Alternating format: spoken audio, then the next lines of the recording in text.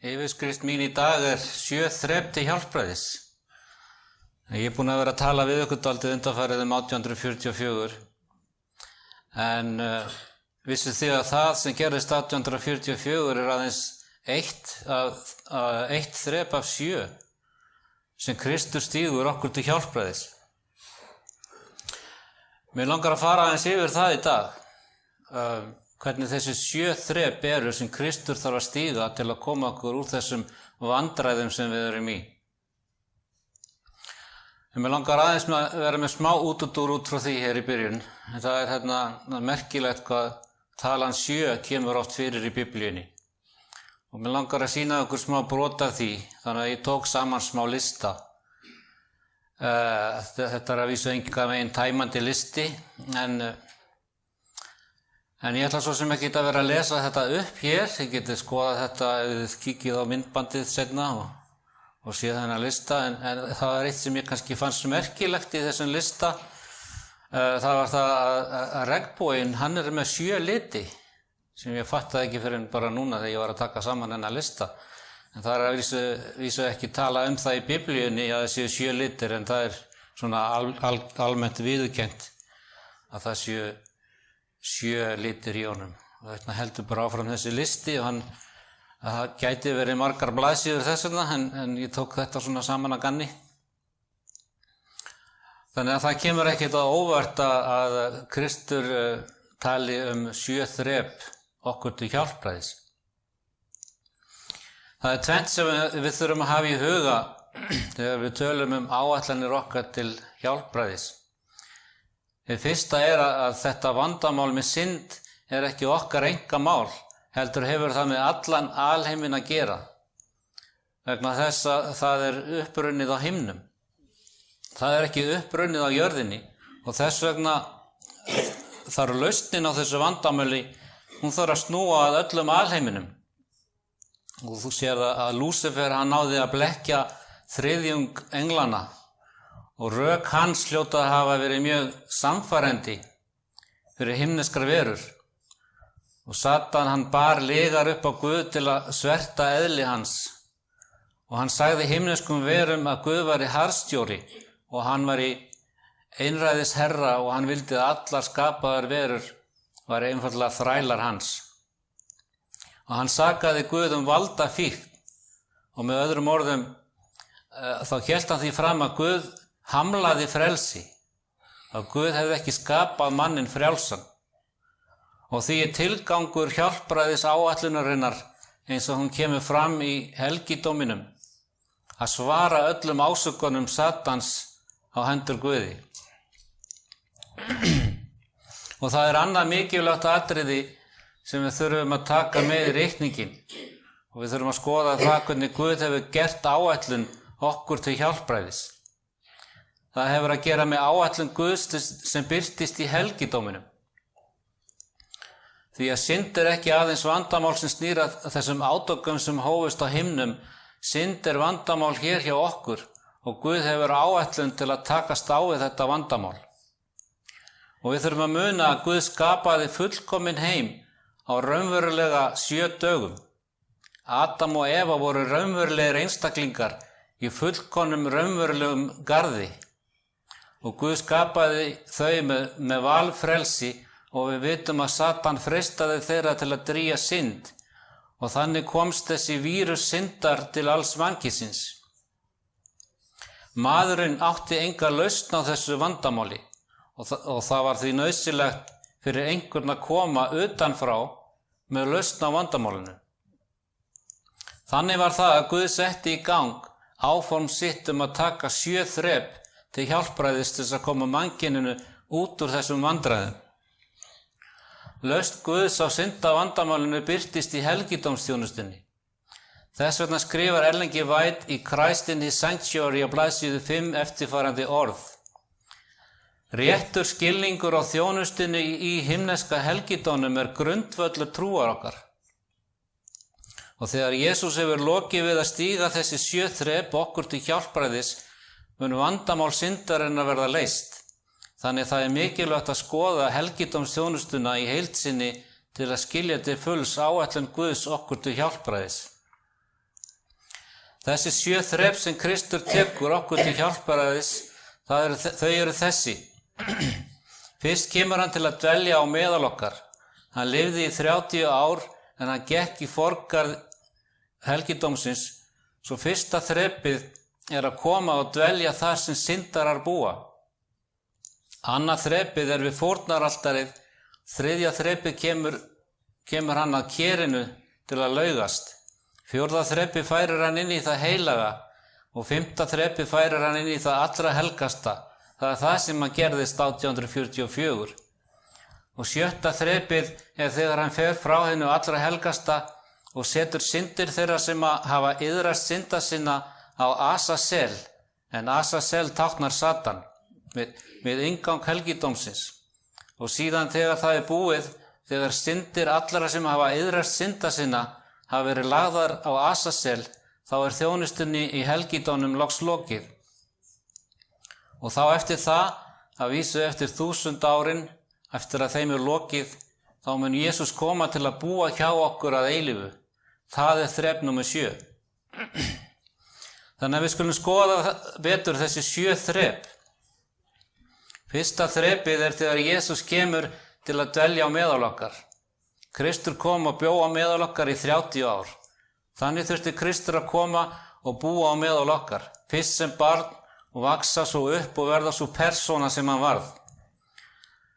Hann þurfti að sýna fram á fullkomið réttlæti í lífi sínu, svo hann geti tilreiknað og veitt okkur þetta réttlæti.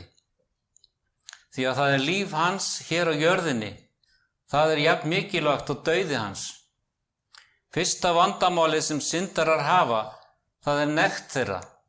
Þess vegna þurfti Jesús að mynda skikkju réttlæti síns til að hylja nekt okkar með.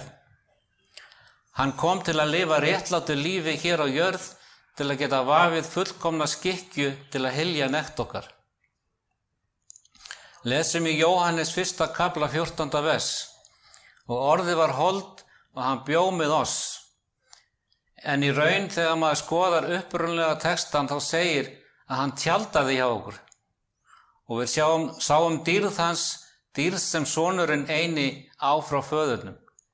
Fyrsta þrepið, Jesús verður hold af okkar holdi og lifir í 30 ár til að birtast á meðal okkar, birta sína fullkomnu persónu. Nú vil ég að við förum í 3. Mósebók 22. kafla 20-22. Þetta er vers þar sem okkur er sagt í hvaða ástandi fórnirnar þurftu að vera þegar þær voru færðar í helgidóminn. Nú við þurfum ekki að lesa þetta allt. Ég vil bara benda á það sem segir þarna að eigi skulu þeir bera fram neitt það er lítið hefur á sér því að það mun eigi afla yður velþóknunar. Og svo segir þarna líka þá skal það vera gallalaust. Þannig að dauði Jesú, fórn hans á krossinum, hefði alls ekki verið meðtekinn nema hann væri fullkomið fórnarlamb fyrir dauða sinn. Fórnin þurfti ekki aðeins að vera gallalaus, heldur þurfti presturinn líka að vera gallalaus. Presturinn sem færði fórnina. Og takið því eftir í 3. Mósebók, kafla 21, 17-21. Og aftur þá stikla ég bara stóru og ég segi hérna, les þetta, mæl þú til Arons og seg, hafi einhver niðja þinna nú eða í komandi kynslóðum líti á sér, þar skal hann eigi ganga fram til þess að bera fram mat Guðsins. Enginn að niðjum Arons prest sem líti hefur á sér skal koma fram til þess að bera fram eldfórnir drottins. Það var því að vera fullkomið fórnarlamb og fullkomið prestur að færa fórnarlambið. Og Jesús, hann er fórnarlambið og hann er presturinn, vegna þess að hann bar sjálfan sig fram sem fórn. Þannig að páskalambið varð að vera lítalaust, hvers vegna? Takið eftir í 1. Pétursbrefi 1:18-20, en hér skrifar Pétur postuli.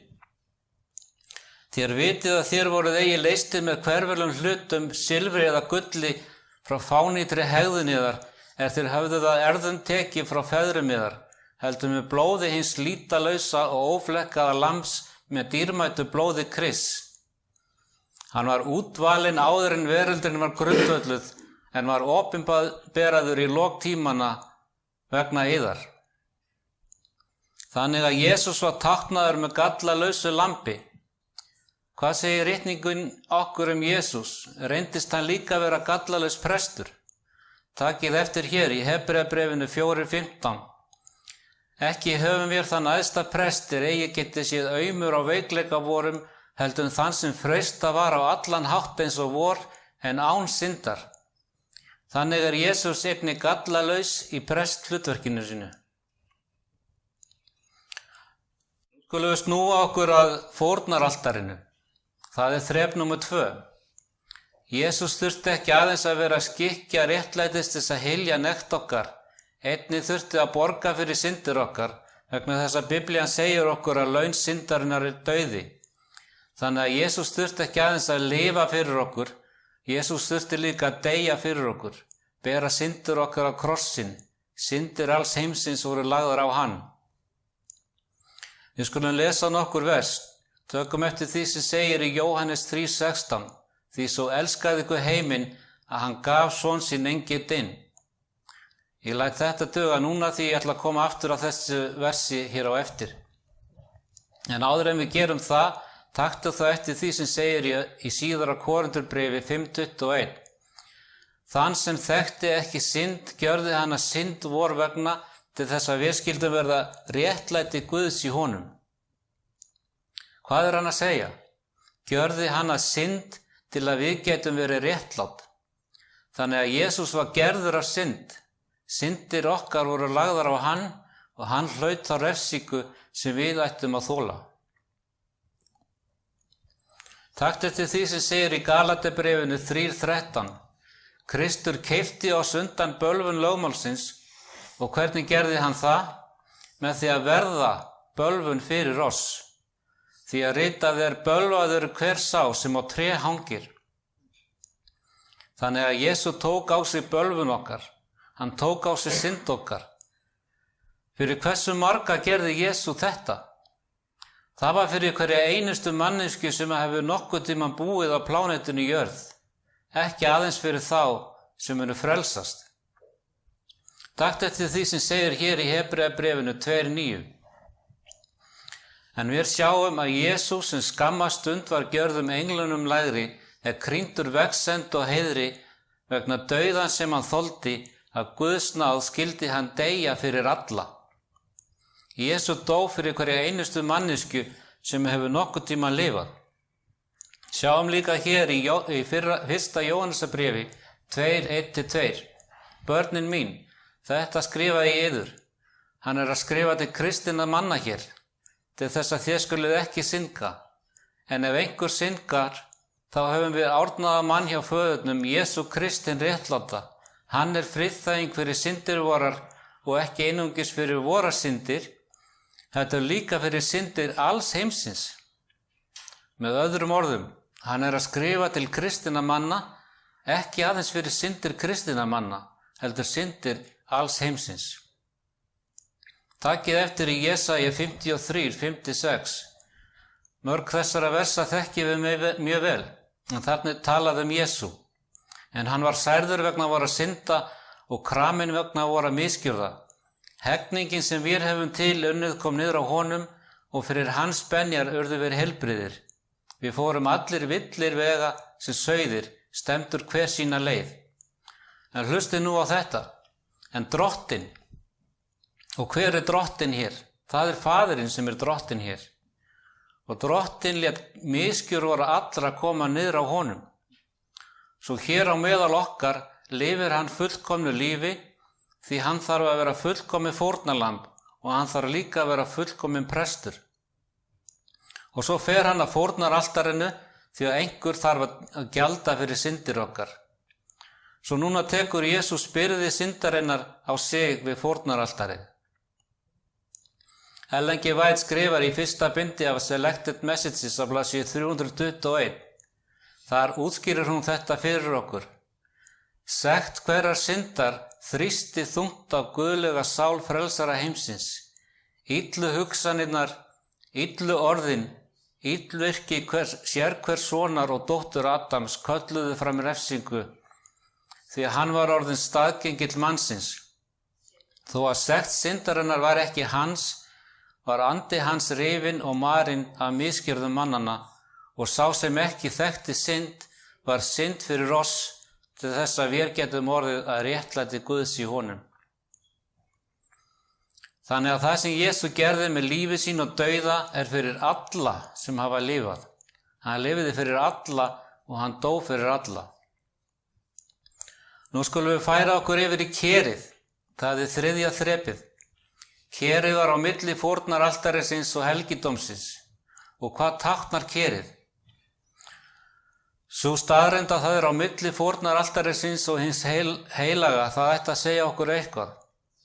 Altari fórnarinnar er dauði Krists, svo hvenær hreinsaðist Kristur í kerinu?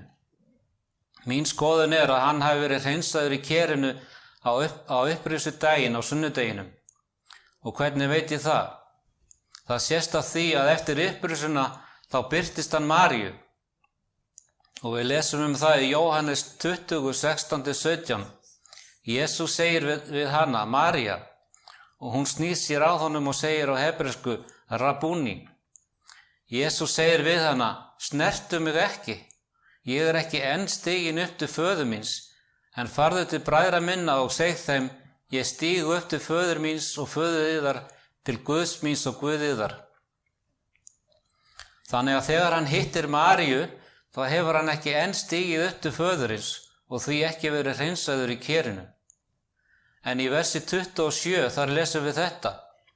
Síðan segir hann við Tómas, kom hingað með fingur þinn og sjá hendur mínar og kom með hönd þína og legg í síðu mína og vertu ekki vantrúaður, vertu trúaður. Þannig að það hlýtur að vera eitthvað sem átti sér stað á milli þess sem að hann hittir Maríu og þegar hann hittir Tómas. Þegar hann hittir Tómas þá er það orðið allt í lagi að snerta hann. Skoðum saman í Títusarbréfi 3, 4-5. En gæska Guðs frelsara vor birtist og elska hans til mannana, þá frelsaði hann oss, ekki vegna réttlætisverkana sem við höfðum unnið, heldur samkvæmt miskunn sinni. Og hlustu nú vel, í þeirri laug sem að við endur fæðumst. Og hvað notarðu til að þvo hluti? Það er vatn. Og hvað gerir vatnið? Samkvæmt þessu versi þá endur fæðir það, eða endur nýjar. Svo hvað myndir laugin tákna? Eða kerið, eins og það er kallað, sem er bara laug. Það myndir tákna það þegar að Kristur laugast í kerinu og er endur nýjaður. Svo heldur það áfram og segir, og heilagur andi gjörði oss nýja.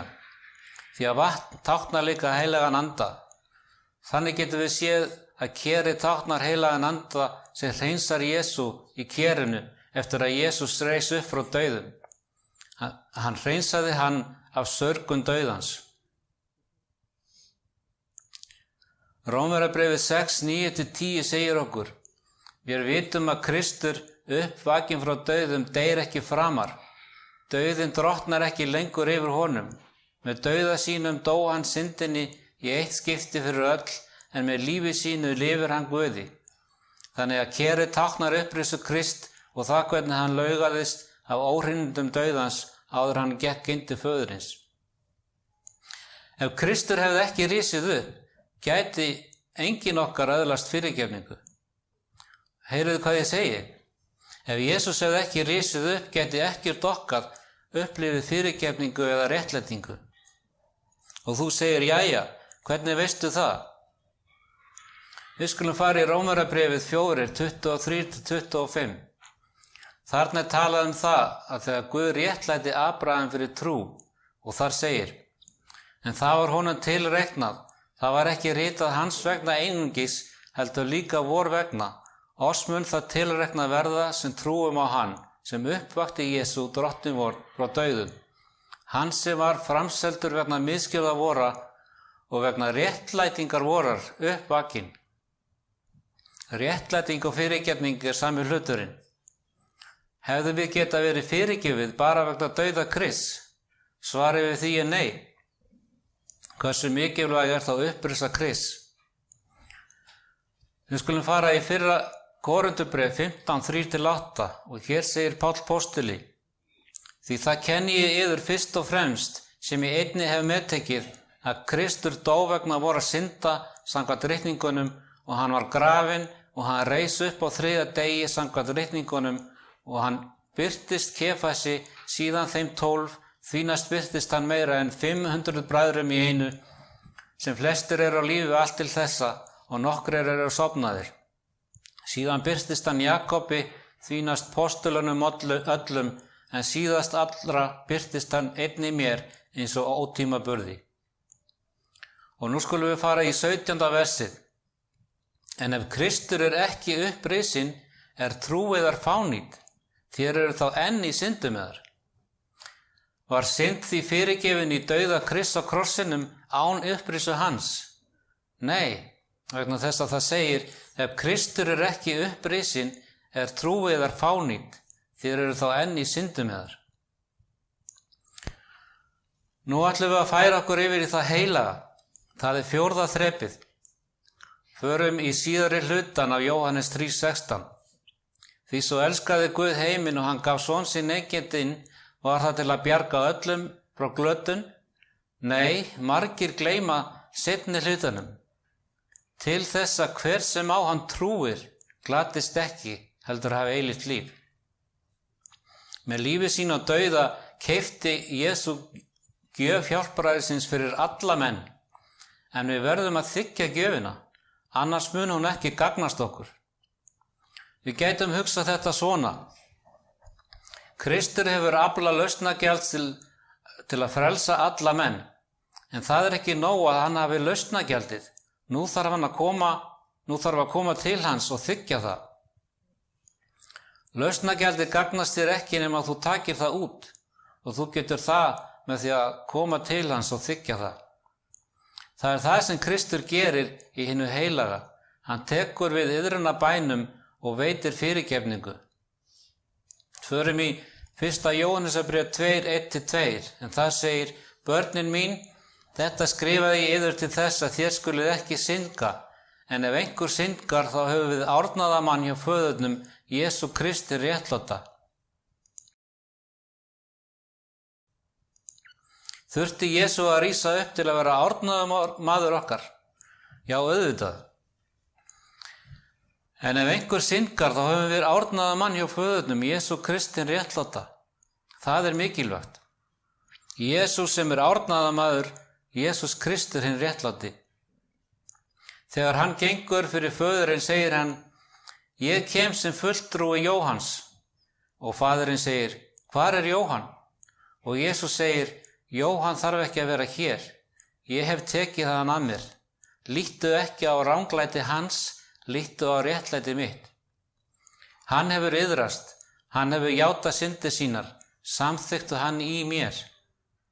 Það það sem Jesús gerir eftir að hann gekk inn í það heilaga á himnum.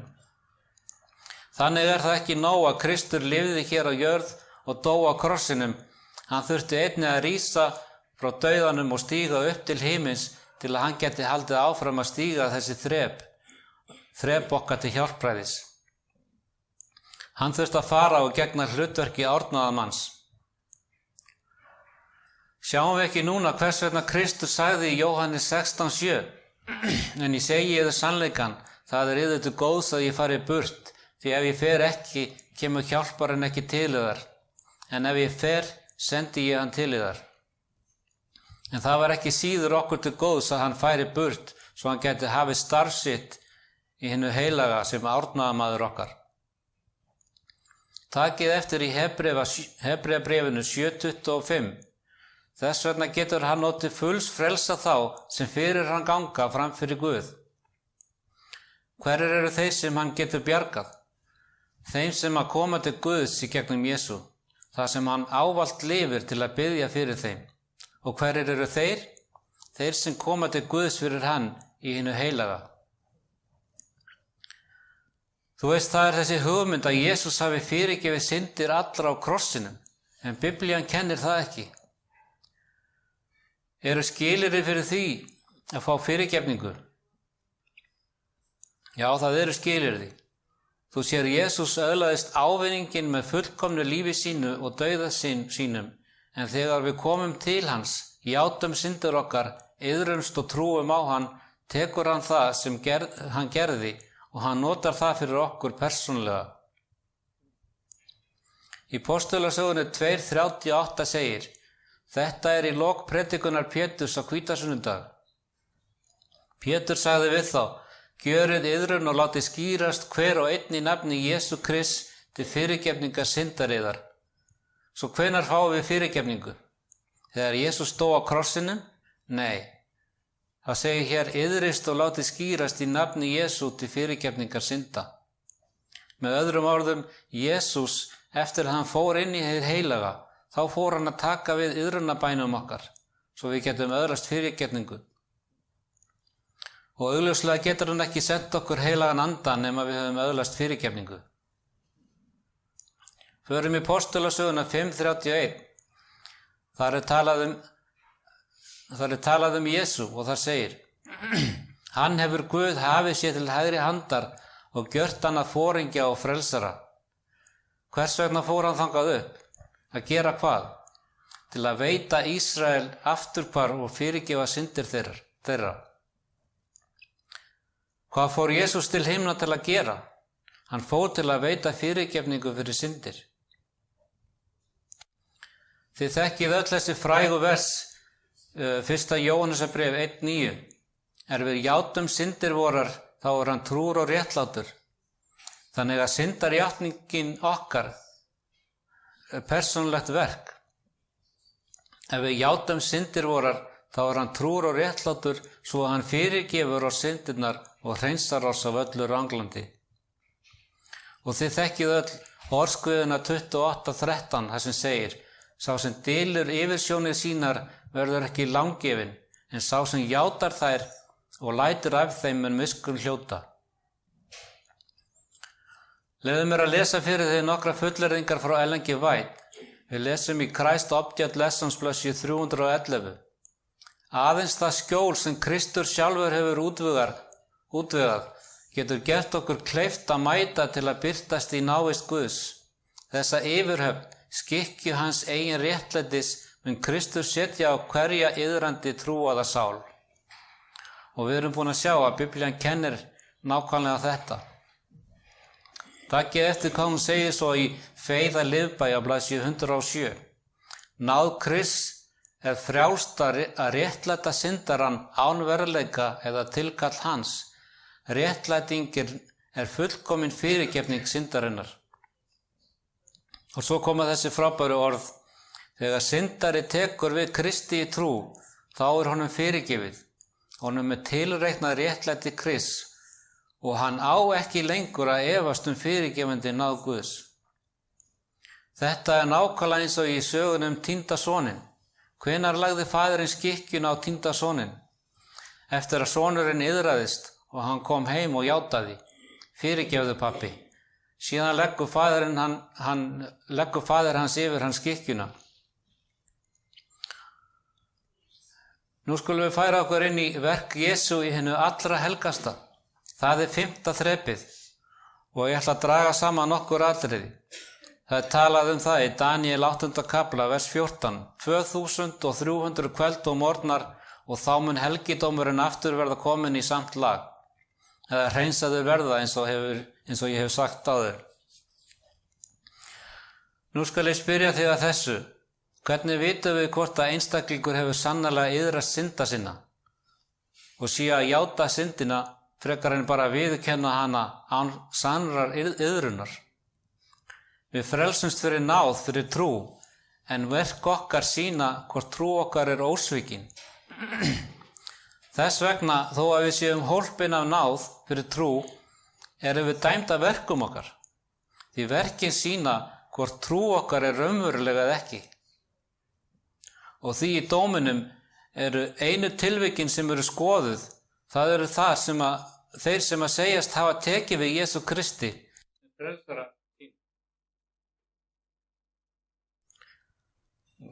Þegar að Kristur gengur inn í hið allra helgasta, þá er ekki allur heimurinn skoðaður. Það gerist á 1000 ára tímabilinu. Margir munu vera á bak við Satan og engla hans og hinnir óguðlegu mál þeirra eru skoðuð á 1000 árunum og eftir 1000 árin. En í hinu allra helgasta sem gjarnan kallað rannsóknardómurinn sem hófst árið 1844 eru aðeins þeir sem hafa játað Jesú Krist sem frelsara og drottinn. Þeirra mál eru þá skoðuð til að ákvarða hvort trú þeirra á iðrun og játning hafi verið ósvikin eða ekki. Og ég veit hvað þú ert líklega að hugsa. Veit Guð það ekki nú þegar? Jú, Guð veit það, en Guð að leysa vandamálið frammi fyrir sköpuðum verum sem vita það ekki. Leyfðu mér að spyrja þessu. Eru hveiti og illgressi í kirkjunni? Segist illgressi vera fylgjandi Jesú? Já. Eru góðir og slæmir fiskar í kirkjunni? Vissulega. Ekki eru allir fiskar sem fara í bátinn góðir. Og leyfðu mér að spyrja þig, í kirkjunni eru hygnar og fávísar meyjar? Já, auðvitað. Er öllum safnað saman þannig að það er einstaklingur sem kemur inn í brúðkaupið og konungurinn kemur út og segir, hvernig komstu hingað inn án klæða? Þetta gerist ekki eftir seinni komuna. Þetta er ekki einhver sem að laumast inn í himinin. Það getur enginn laumast til himna. Þetta er dæmi það sem gerist í rannsóknardóminum fyrir endurkomuna. Einhver sem hélti fram að hann var í fylgjandi Jesú en var svo ekki réttu klæðum. Það er, hann hafði ekki sýnt einlæga iðrun og afturhvarf. Og Kristur er að vinna úr þessu öllu núna til að komast að því hverjir hafa sannarlega iðrast og hverjir ekki. Leyfðu mér að spyrja þig, eru einhverjir sem segja drottinn sem munu svo glatast? Algjörlega. Jesús mun segja, þótt þú rekir út illa anda, þó þú framkvæmir kraftaverk, þó að þú hafir gert allt í mínu nafni og ég þekki þig ekki. Farið frá mér þér illgjörða menn. Leyf mér að spyrja þig, jafnvel meðal presta, eru til einstaklingar sem segjast vera þjóna réttlætisins en eru það ekki? Vissulega. Er til fólk í kirkjunni sem hefur form guðrækninnar en skortir kraftinnar? Er þá nauðsynlegt að framkvæma aðskilnað þeirra sem eru sanntrúaðir frá hinum? Algjörlega. Það er það sem gerist í hinu allra helgasta. Það er það sem Kristur hófst handa við að gera árið 1844. Og þeir sem eru sanntrúaðir, þegar mál þeirra hefur verið skoðað, það er þá sem syndir þeirra eru afmáðar úr helgidónum. Það eru góðu fréttirnar.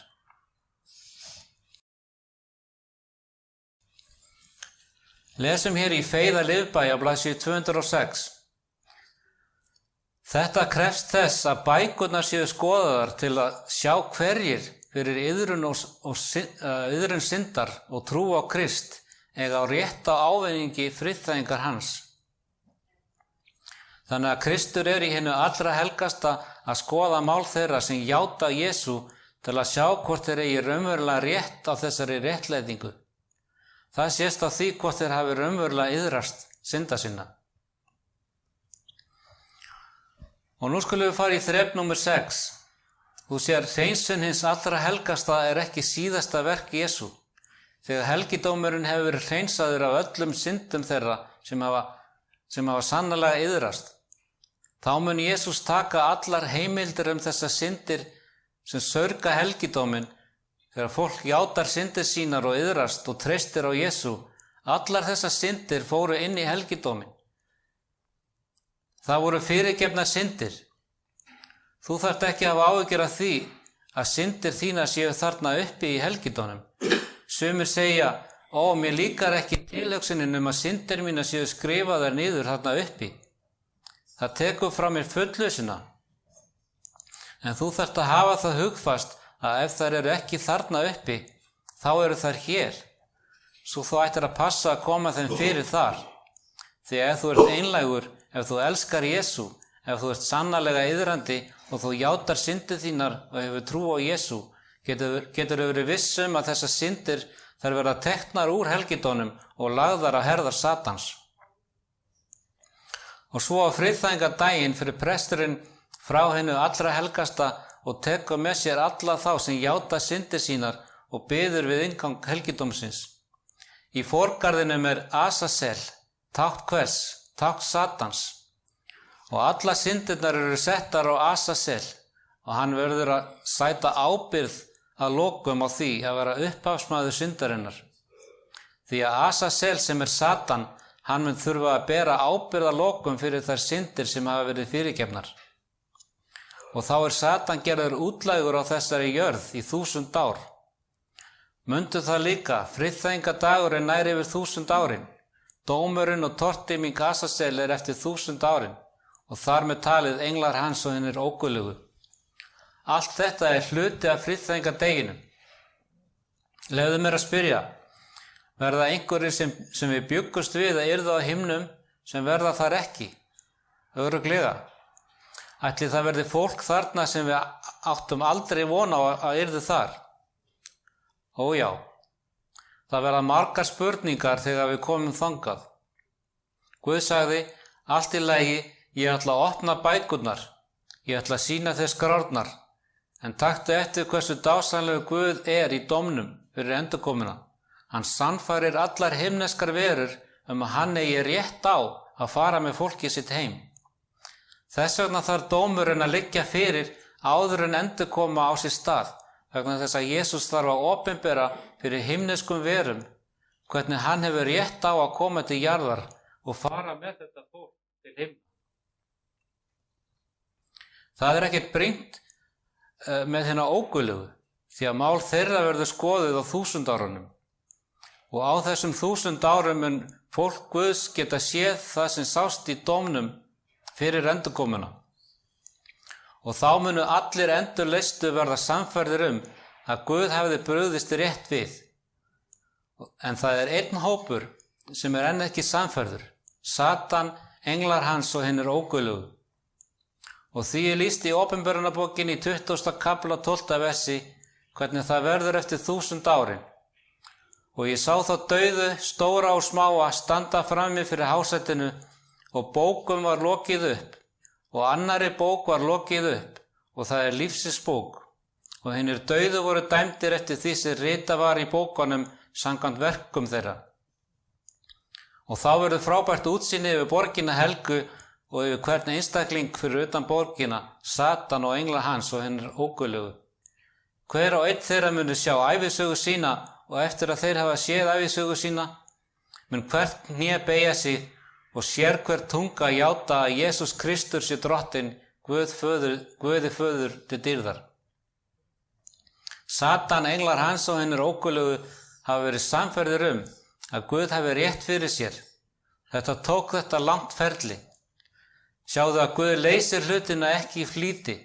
Guð tekur sinn tíma og lofsé Guð fyrir það.